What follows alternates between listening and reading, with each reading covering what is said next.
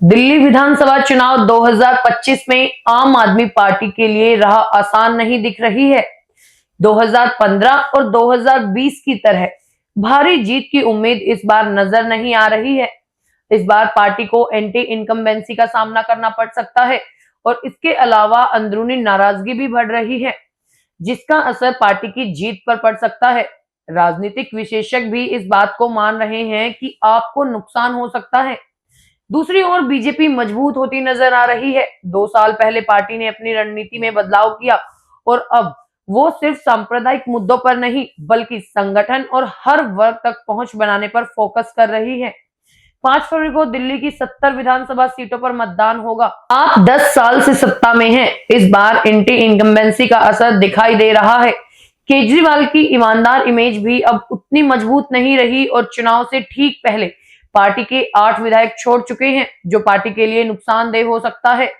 आपके नुकसान का सीधा फायदा बीजेपी को होगा। बीजेपी का वोट शेयर इस बार 40% से ज्यादा हो सकता है और सीटों में भी बढ़ोतरी हो सकती है।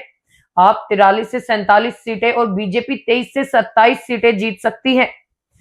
आपकी फ्रीबीज के मुकाबले बीजेपी भी मुफ्त योजना के वादे कर रही है। बीजेपी का दावा है कि दिल्ली सरकार कंगाल हो चुकी है, जबकि आप पंजाब में महिलाओं को 1000 रुपए सम्मान राशि भी नहीं दे सकी। कांग्रेस दिल्ली में ज्यादा मजबूत नहीं है, लेकिन वो आपका वोट काट सकती है। हालांकि कांग्रेस के लिए सीटें जीतना मुश्किल होगा, लेकिन उसका वोट शेयर 6 से 7% तक बढ़ सकता है। दिल्ली में मुस्लिम, पूर्वांचल, जाट, गुर्जर और दलित वोटर्स की बड़ी संख्या है, जो चुनावी नतीजों को प्रभावित कर सकती है। इन वोटर्स का रुख इस बार खास रहेगा और ये भी देखा जाएगा कि पूर्वांचल, जाट और दलित वोटर्स किस पार्टी के पक्ष में जाते हैं। फ्रीबीज का सबसे बड़ा सवाल इस बार चुनाव में सबसे बड़ा मुद्दा फ्रीबीज है।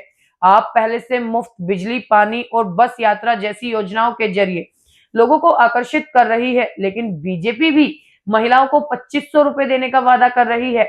अब सवाल ये है कि जनता किस योजना को ज्यादा विश्वसनीय मानेगी।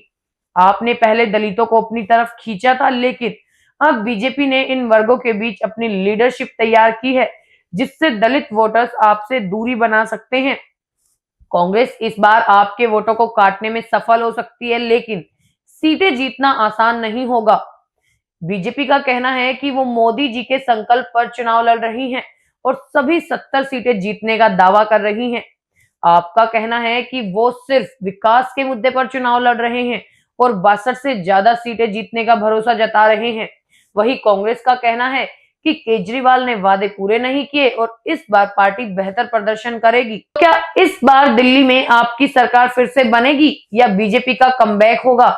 ये सवाल चुनाव परिणामों के साथ साफ होगा।